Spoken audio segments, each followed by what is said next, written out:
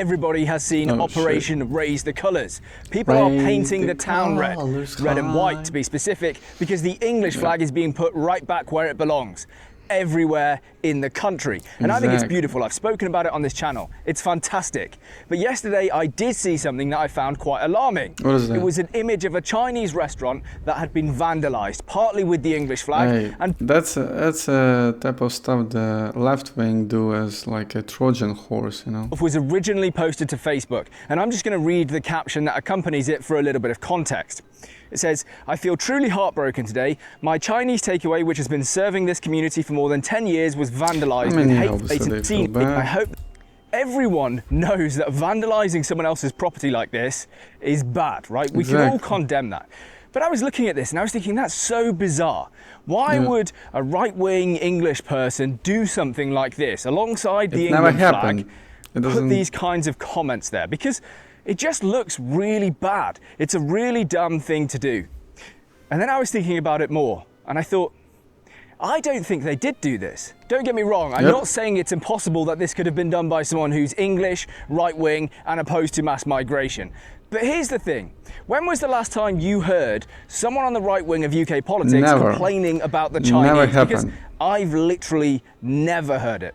I know that there are ethno-nationalists in the UK who probably would like the Chinese people to go back to China, but I've never even heard them complaining about the I mean, Chinese are hard-working people. Like, the Chinese community in the UK is actually not that big, much smaller than some other groups.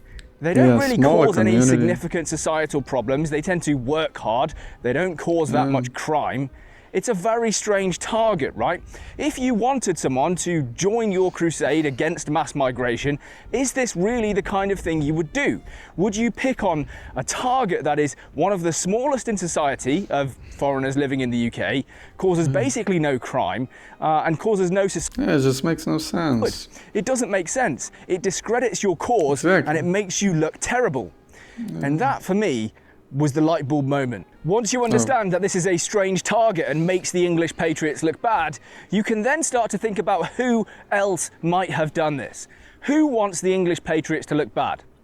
It's the lefties, it's the open borders, radical activists. That's usually what they do. Their perspective for a moment. You're seeing this protest sweeping across the nation. People are putting the flag of St. George everywhere, on lampposts, on roundabouts, everywhere, and there's nothing you can do to combat it. Anything you say makes you look ridiculous, because these are English people putting the flag of England in England. You can't fight against that with ordinary words and ordinary how can that be illegal? Like, try and discredit the whole movement. And that's exactly what this, I think, could well be. You don't even have to go against them in an argument or a debate. You just put the flag of St. George on a wall with some racist tropes and it makes them look bad. Of course it does.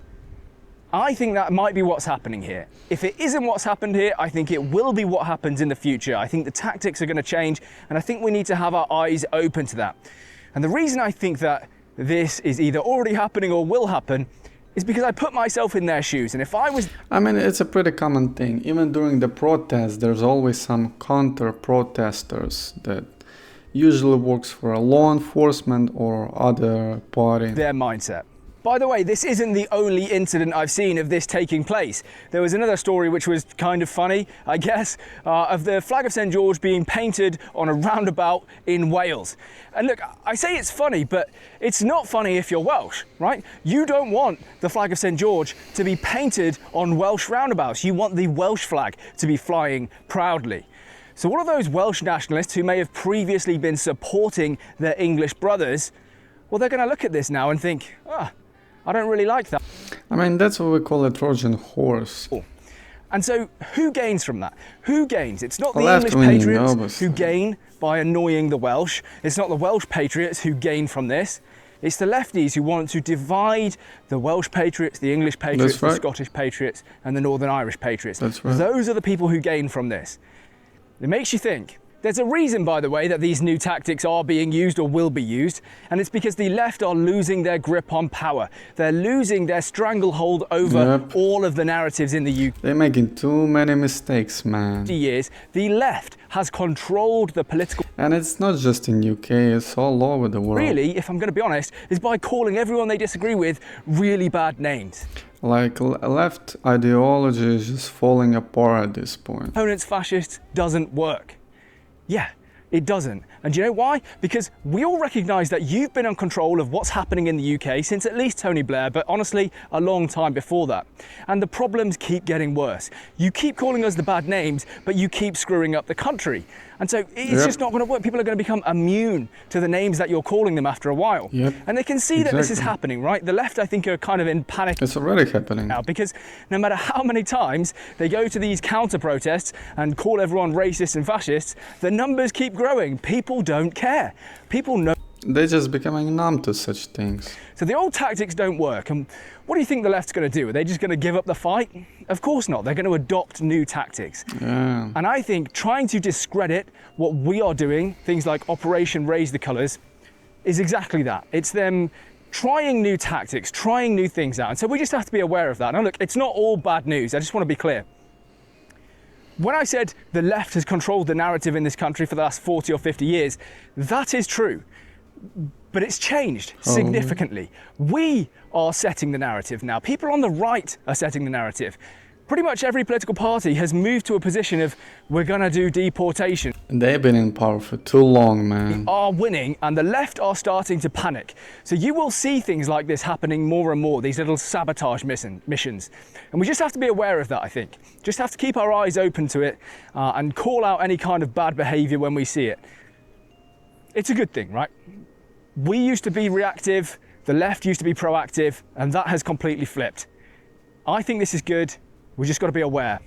Look, for anyone who thinks that what I'm talking about here is too outlandish to possibly be true, it's basically false flag operations. And governments have either entertained... That's a good name for it. Throughout history, right? All the way back in the 1960s, the CIA wanted to allow attacks to occur in America so that they could justify foreign wars. Now, fortunately, the president said, no, we're not doing that. That's ridiculous. But this kind of thing is either being entertained or done by governments all over. So if you think that governments are doing this, why is it? It's one of the tactics, though. A bunch of random radical left-wing activists are also doing it. I think they are. And if they aren't, I think they will be, because we're going to win. We're going to keep winning. And as we do, they're going to get more and more desperate. So for the billionth time in this video, all I'm trying to do here is open your eyes to think about the things you see. Don't just immediately judge them for exactly what they are. Think about who benefits from whatever you're looking at and try and work out whether there's could be something more to the story.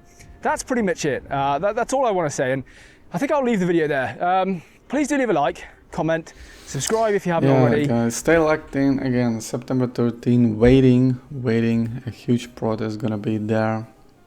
Let's go.